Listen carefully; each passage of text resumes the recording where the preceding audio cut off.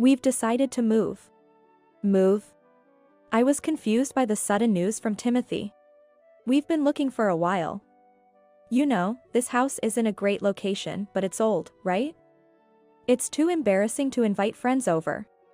And with you here, it feels like everyone is walking on eggshells. My eldest son and his wife just say whatever they want. Apparently, they are moving to a luxury apartment. When I asked where they were moving, Laura grinned and said, "We're not telling outsiders our address." It was an annoying way to phrase it.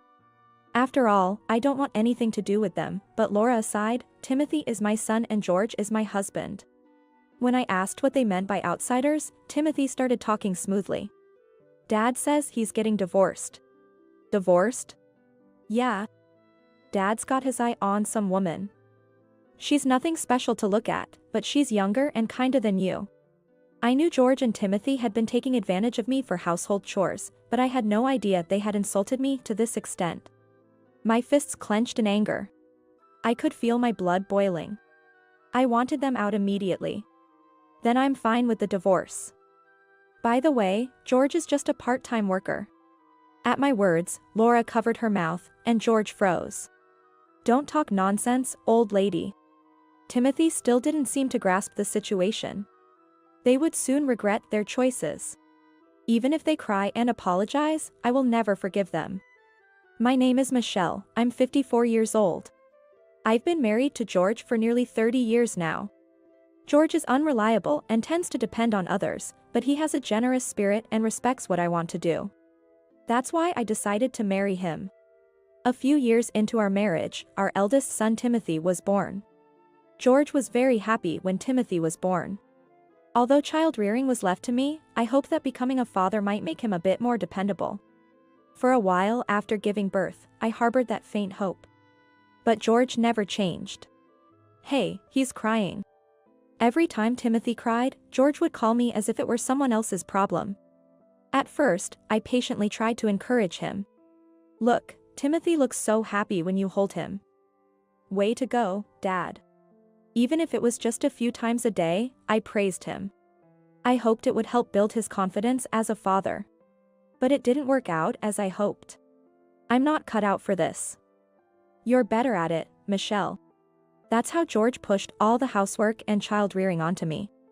I'm going back to work, can you help out a bit? I can't handle everything on my own. I protested several times, but George would just say as if it were the most natural thing. I trust you with it, Michelle. I'm working too, you know? I'm enduring the hard work. Housework and child rearing should be done by whoever is good at it. George had a way of saying the right things to dodge responsibility. It's not that I was good at it. It was just that by persisting and doing it over and over, I got used to it. Despite trying every trick in the book, George never changed, Timothy grew up, and upon finding a job, he moved out. At that time, the sense of accomplishment outweighed the loneliness. I was relieved that this meant one less person to care for. Thankfully, my career was also progressing smoothly. George still didn't do any housework, but by then, I had become completely accustomed to it. A few years later, despite some troubles at George's work, we were living just the two of us. It was relatively peaceful. Then one day, out of the blue, Timothy announced, "I'm getting married." At the time of his marriage, Timothy was 24 years old. It seemed a bit early, but he was serious about his work, so we were completely in a celebratory mood. The first time Timothy brought Laura to meet us, we were overjoyed. Welcome. We're so happy. We look forward to getting to know you. Yes, thank you. I look forward to it too. Laura was a bright and cheerful girl who spoke clearly. Timothy's workplace and apartment were far from our house, so we wouldn't meet often, but I hoped we could get along well when we did meet. I was the only one getting carried away. What brought me back to reality was Timothy's next statement. We're going to live here together. His tone sounded more like a decision than a consultation, and I was taken aback. Live here? Why? You're newlyweds. What about your jobs? I quit my job. My boss was a jerk. So, I plan to look for something around here. There must be plenty of jobs, right? His carefree attitude made me anxious. Is Laura okay with this? Living with a mother-in-law right after getting married is something I would absolutely hate. And having her husband suddenly unemployed must have been unsettling for her. I asked worriedly, but Laura's calm and unexpected response came back. I'm not good at household chores. This will be a big help. It felt like she had preempted any objections. This was practically a declaration of not doing any housework. I have my own circumstances too. I can't take on everything. For both our sakes, it would be better to reconsider living together. I protested this arrangement to Timothy and Laura numerous times, but they were set on moving in, and so it happened. Living together turned out to be just as I had imagined, in a way. Soon after they moved in, Timothy found a job. The pay wasn't high, but it was close to our house. Soon after, Laura also started working part-time. With both of them securing some income, I felt a bit relieved, but there was a problem. As expected, I ended up doing all the household chores alone. Cooking, laundry, cleaning, shopping, the list was endless. I left the house earliest in the morning and returned the latest. Despite this, no one else seemed willing to lift a finger. Mom, I'm hungry. Isn't dinner ready yet? Timothy would ask while fiddling with his smartphone, and Laura would add while changing the TV channel, indeed. Is today's menu something quick to prepare? Right after I returned home from working overtime, the couple would say such things to me, clearly taking me for granted. I felt like I was being mocked. After all, Laura only works part-time, so she spends more time at home and has more free time than I do. She usually gets home before the evening. She could at least prepare the meals. It was a bit hard to say, but I decided to confront her. George and I will manage on our own. Could you at least prepare your own meals? Then, Laura frowned and looked at me with a puzzled expression. And then she said something unbelievable. Why do I have to do it? For a moment, I was the one taken aback. Why would someone need a reason to prepare their own meal? Confused, I provided the most reasonable explanation I could think of. Well, because you guys get home earlier. Laura didn't seem convinced and glared at me as if trying to intimidate. Even if we come home early, we're tired, you know? Why would you say such a terrible thing to me when I'm just trying to rest? I felt like I was talking to someone from another planet. I wanted to throw her own words right back at her. In fact, I found myself saying it out loud without thinking. But I'm tired too. Laura just scowled and tilted her head, unimpressed. So what? What? Even if you're tired, isn't it a mother's job to push through for her children? Why are you trying to push that responsibility onto me? How absurd. How old is she? I'm not asking her to cook for someone else.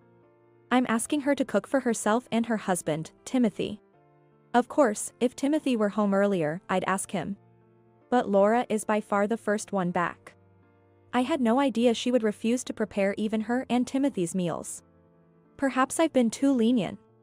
Reflecting on this, I decided to be a bit stricter than before. Afterward, I repeatedly reminded both Laura and Timothy to help with the housework, not just cooking, but they showed no signs of change. If no one else is going to do it, I end up doing it myself, which is a flaw of mine. Maybe it's just my nature, but I can't just sit back and ignore it. Thanks to that, I had to push my no longer young body to manage both work and household chores. If things continue this way, I might collapse one day. I even tried talking to George about it in desperation, but he just said, "It's not my problem. Keep at it," and turned a blind eye. No one changed, and it seemed like I had no choice but to do everything myself. On a day when I was feeling utterly fed up with daily life, I came home from work and noticed that the room seemed a bit tidier. Upon closer inspection, I saw that the clothes and bags that usually littered the floor, belonging to Timothy and Laura, were not there. That was unusual. Had Timothy or Laura picked them up? With a mixture of surprise and joy, I opened the living room door, and there stood Timothy right in front of me. Wow. You scared me. I'm home. Without even a greeting, Timothy casually announced. We've decided to move out. Move out? As I stood there confused, Laura popped her head out, grinning mischievously next to Timothy. The two exchanged meaningful looks and giggled together. It was an unsettling feeling. We've been looking for a while. See, this house has a good location, but it's old, right? It's too embarrassing to invite friends over. Plus, with you around, everyone feels like they have to be on their best behavior. What do you mean by that? After all, they were the ones who moved in without asking, despite my repeated objections. I had objected numerous times to their moving in. Even after they started living with us, they never contributed to the living expenses and completely abandoned any household chores. Now, after having their way all this time, they have the nerve to complain about the house? My stomach churned with anger. I had a lot I wanted to say, but I tried my best to keep my emotions in check. Feel free to move out. In fact, it's something I've been wishing for. However, I won't tolerate you disrespecting this house. You need to apologize. This house is originally my family home. It's filled with memories of my parents. It may be old, but that doesn't give them the right to call it embarrassing. Laura, half smiling as if she found my anger amusing, said, "No way. We're not disrespecting it. We're just stating facts." Wow, you really have a wild imagination. Doesn't it make life difficult for you? I felt like my head was about to explode. Why does she provoke me so? That tone is exactly what I mean by disrespect. Scary. Laura then cooed in a catty voice and hid behind Timothy. When I looked at Timothy, he just sighed with a weary expression. My anger grew even more, but I clenched my teeth and somehow managed to restrain myself. It's because of how you are that we decided to move out. You're always nagging and on edge. This was something I couldn't ignore. Are you saying it's my fault? You always leave everything to others no matter how many times you're told. You never clean up after yourselves. Yet you keep making demands. It's no wonder I'm irritable when that's the way things are. I'm not your housekeeper. But you're a mother, right? A mother is supposed to take care of her children, that's her duty. I remember Laura saying something similar. Do you even realize how old you are? You're adults, yet you act so entitled. I couldn't help but raise my voice. It was unbearable how they claimed their rights as children despite being able to fend for themselves. Whoa, scary. Are you going through menopause or something? Well, whatever. We're moving to a luxury apartment that you couldn't afford in a lifetime. Timothy boasted with a smug look. But something else caught my attention. A luxury apartment, you say? For months, Timothy and Laura hadn't contributed to any expenses. It was possible they had saved that money. However, neither Laura nor Timothy were high earners.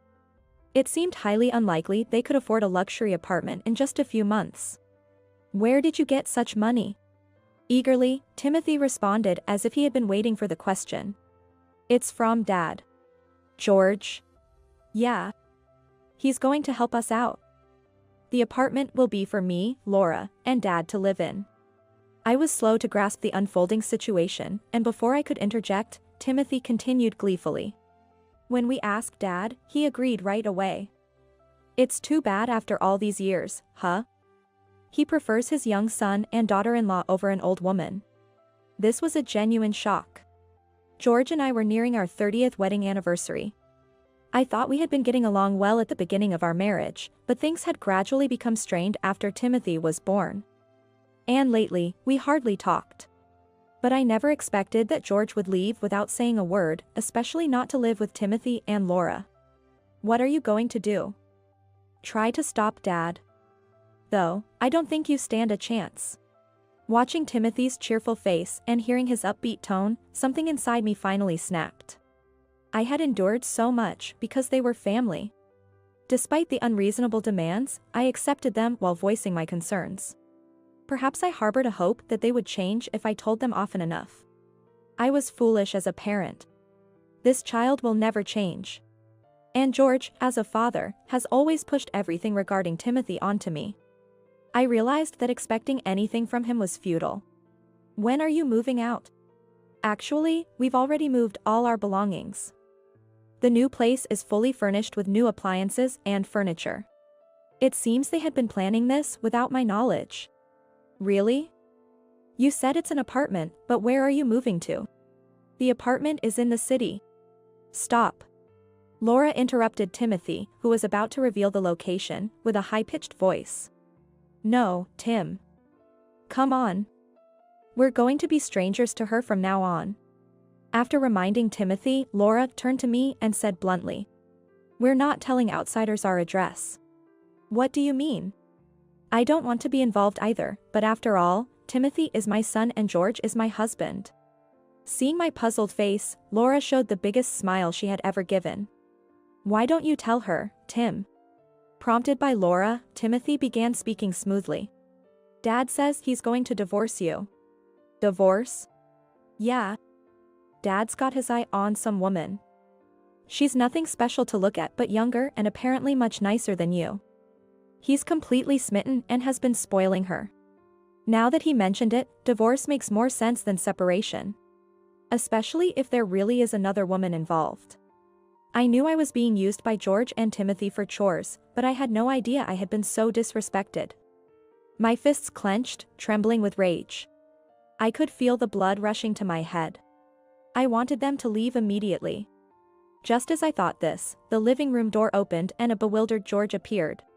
He seemed to have just come home. What's this heavy atmosphere? What's going on? Looking back and forth between me and Timothy, George listened as Timothy cheerfully responded. Hey, Dad. I was just filling Mom in on everything. When our eyes met, George awkwardly looked away. Unlike Timothy, who was gleefully unaware, George appeared somewhat guilty. Perhaps he felt some guilt towards me after all these years together. Or maybe there was another reason. You're moving out? And I heard you want a divorce? Yeah. Timothy and the others think it's for the best that we get divorced. Oh. I don't have any man in mind though. Well, that's. While he might have been saying whatever he wanted behind my back with Timothy and Laura, facing me directly seemed to change his attitude. His indecisive and overly accommodating nature probably won't ever change. I wanted to say more sarcastic remarks, but there was something more important to do first. Now that it's come to this, before they change their minds, I have to proceed as they plan. Since you're moving out anyway, let's settle the divorce paperwork today. Oh. Well, that's. Right. Let's do it, Dad. Exactly.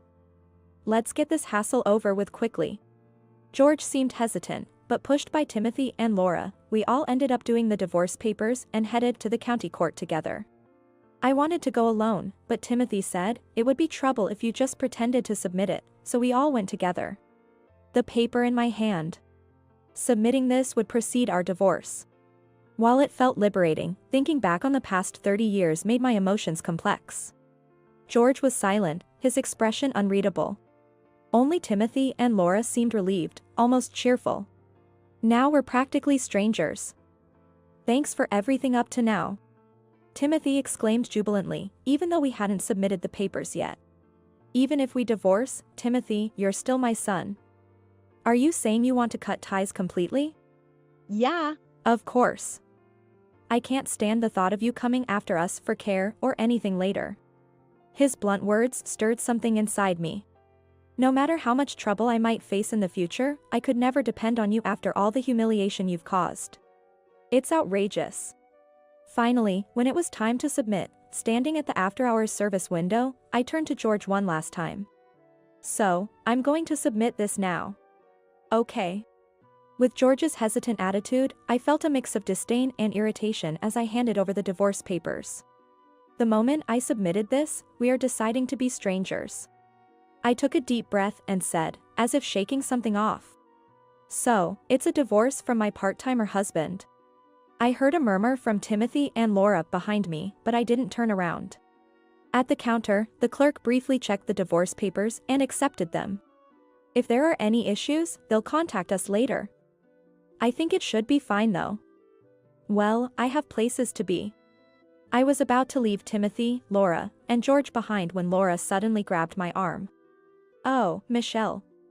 What did you mean earlier? Her face twitched nervously as she spoke. It's understandable. After hearing such things, anyone would have that look. Understanding Laura's feelings, I pretended to be oblivious. Dear, you shouldn't call me like that anymore. We're strangers from now on, aren't we? And what did you mean by earlier? I spoke coldly, and Laura looked at me uncertainly. For once, she seemed unsure of herself, almost seeking confirmation with her expression. It was clear from her look. It was clear she had heard my earlier words without needing to confirm them. She simply couldn't believe it and had come to verify it. They will likely realize their mistake soon and surely regret their decisions. Thinking this brought a slight relief, and a smile naturally spread across my face. You said something about a part-time job. Laura stuttered, and I said with a broad grin. George? Oh, I've kept it a secret, but George has been working part-time at a convenience store. Isn't that commendable? Behind Laura, George's eyes widened, and he froze, while Laura covered her mouth, whispering, no way. It was a natural reaction. No one would imagine that George, who left home every morning, was only going to a part-time job. In reality, he spent mornings walking or at the employment office and worked from afternoon till evening. Learning this shocking truth, Laura was devastated, and George, realizing everything was out in the open, turned pale. Amidst this, only Timothy was laughing smugly. Don't talk nonsense, old lady. He probably thinks I'm bluffing. With a smug look, he snapped back. Dad working a part-time job? No way. Oh, but it's true. Right, George? Ever since George retired last year, he had been reluctant to work and remained unemployed for a long time. It was only about 6 months ago, after much persuasion from me, that he finally started working part-time. Timothy and Laura moved in afterward, so they were unaware of this. Out of respect for George's pride, we kept it a secret until they noticed. That's, well, yes. What? Really? George nodded, sweating profusely. Seeing his confirmation, it seemed they finally grasped the reality. Timothy and Laura's faces turned pale as they looked down. They should see the reality now and regret their deeds. I can no longer even muster the will to sympathize with them. These are the people who exploited me and looked down upon me, then hurried to cut ties when it suited them. Whether they face turmoil or suffer, it doesn't matter to me anymore. I was about to leave quietly when Timothy called out to stop me. So, how have we been managing the living expenses for 4 people all these months? You're the one asking about living expenses after not contributing anything? I was so appalled that words failed me at first. Struggling to get the words out, I finally said. I was the one earning the money. Timothy blinked in disbelief. What? That's impossible. How could you support a household of 4? That's not something you could do. You know I've been working from morning till night, right? So why do you think it's impossible? But, Mom, you're a woman. Even if you were a full-time employee, the income would be limited, right? You earn that much? Yes. Since becoming an executive, I've been receiving a substantial executive compensation. Executive? Timothy's eyes darted back and forth, clearly struggling to accept the revelation. They likely can't believe that someone they looked down upon was actually an executive. The father they relied on turned out to be just a part-timer, and the mother they discarded was actually the high earner. You should have told us. Did Dad not know either? Yes. You and your father have a tendency to depend on others too quickly. That's why I didn't tell you. I see. But now we're relieved. Relieved about what? Timothy patted my shoulder, smiling. Dad can go back to his old house, and you can come live in our apartment. What? What a convenient arrangement. Abandon George when they think he's penniless, and try to latch on to me when they find out I have money. Thinking this was the child I raised fills me with dismay and anger. How could you think that's possible? I already confirmed with you, didn't I? We're strangers from now on, right? That is. But then, who's going to pay? It's not just the apartment. We bought all the appliances and furniture on credit. Timothy looked at me pleadingly, his voice trembling. How long do you plan to remain a child? You need to clean up your own mess. If you put your mind to it, anything's possible. For example. If Laura worked more, that alone would increase your income. Glancing sideways, I saw Laura flinch, her shoulders trembling. Her face was pale as a ghost. That's... Timothy collapsed to his knees, finally realizing the gravity of their situation. Next to him, Laura crouched down too, but then, as if struck by a sudden thought, she said, "That's it. The deposit." Her eyes sparkled as she spoke to Timothy. "Your father retired just a few months ago, right? Then, he must have some savings." Timothy's face lit up at her words. "Exactly. With Dad's years of service, he must have a decent amount." Right. If they get divorced, all that money would belong to your father, right? That's great.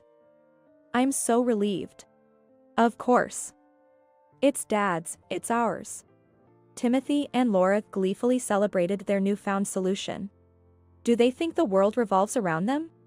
Even before marriage, that might be one thing, but income earned after marriage is considered marital property and subject to division. Probably. What? What are you talking about? It's Dad's money. Really, how awful. How much of a money grubber can you be? You're already divorcing, right? We're strangers. And yet you talk about sharing and taking money, that's just wrong. Timothy and Laura were furious, unable to accept the reality. They're quick to dismiss their own faults while freely criticizing others. My patience with them was wearing thin. I took a deep breath to calm myself and stated firmly. First of all, there's hardly any savings left. What? Why? George only worked at his last company for a few years, so the savings wasn't much to begin with. George frequently changed jobs. Whether it was because the work was too demanding or due to poor relationships with colleagues, the reasons varied, but essentially, he never stayed long at any job. Like father, like son. Damn. What about other savings? Your savings, Mom. Those should be part of the property division, right? Whatever was left has significantly diminished over these past few months with you two eating for free here. So, it looks like Dad is pretty much broke. It seems so. Timothy and Laura looked at each other, trembling, and then Timothy suddenly grabbed George by the shirt front. It's your fault. How dare you deceive us? What are we supposed to do now? You have no money, and you are going to live with us. George brushed off Timothy's hand. Shut up. You were the ones who invited me. Let's live together. Let's have a luxurious life in the apartment. I just agreed to it. Who wants to live with a broke old man? Oh, what are we supposed to do about the apartment payments now? An ugly fight had erupted right in front of me, with the father and son at each other's throats. It seems like the misunderstandings arose because they both relied too heavily on each other's money. That's ridiculously absurd. Well, it has nothing to do with me. I'll contact you through a lawyer again. As I waved dismissively, Laura frantically approached me with a desperate look. You can't be serious. Are you just going to leave it like this? That's your ex-husband and son. I've told you multiple times. We are strangers from now. But besides, you were the ones who said it first, right? That I'm an outsider. Don't worry. I don't even care about the address anymore. We're strangers, after all. I thought I heard Laura shout wait, but I dismissed it as my imagination and walked away. Later, Timothy and Laura couldn't afford the condo fees and had to move to a cheaper apartment soon after. The move was not only a waste of money, but it seems the furniture and appliances were quite expensive. And now they are struggling to make the monthly payments. Laura also increased her part-time work, but it was nowhere near enough, and she's even considering working at a nightclub. Also, the couple has been constantly fighting since then, so a divorce seems likely. As for George, the young woman he was targeting quickly married another man. Even after all I've done for her, he confronted her, which ended up with the police being called and a huge fuss being made. Having learned his lesson, he became quite depressed and even reached out to me asking to get back together. You're the only one who really gets me, Michelle. He was being self-indulgent. So I simply replied, "I don't want to understand you," and blocked his number. It's fine for him to indulge in self-pity, but I'd rather he didn't involve me. The main reason I married George was that he let me be free. But, looking back over 30 years, I was never truly free. He was only fine as long as he wasn't disadvantaged. That's why he was so adamant about refusing when it looked like he might get involved in troublesome situations. Child rearing was one of them. He probably hated having his routine disrupted. There is one thing I am grateful to George and Timothy for. Because of them, I endured a lot of inconvenient and constricting times. Thanks to that, now that I'm alone, I feel incredibly liberated and free. I never want to see them again, but I'm proud of how hard I worked back then, and I believe I've grown from it. From now on, I plan to take care of myself and live as I please for the remainder of my life, without being a burden to anyone.